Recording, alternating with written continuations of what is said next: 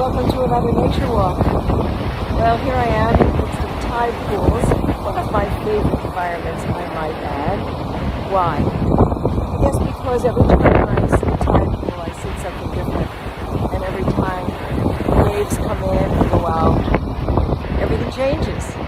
And it's just a reminder that you look at something many, many times and it's always changing. Because the environment affects us.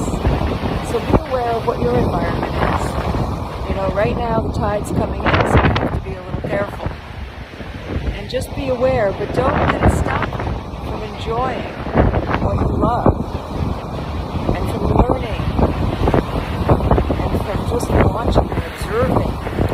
Because nature, as I know I've said so many times, is such a great teacher.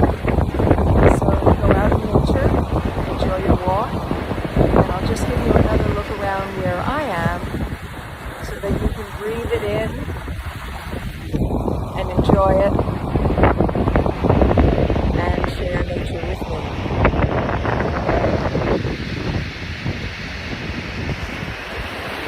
Thanks for joining me. Bye-bye.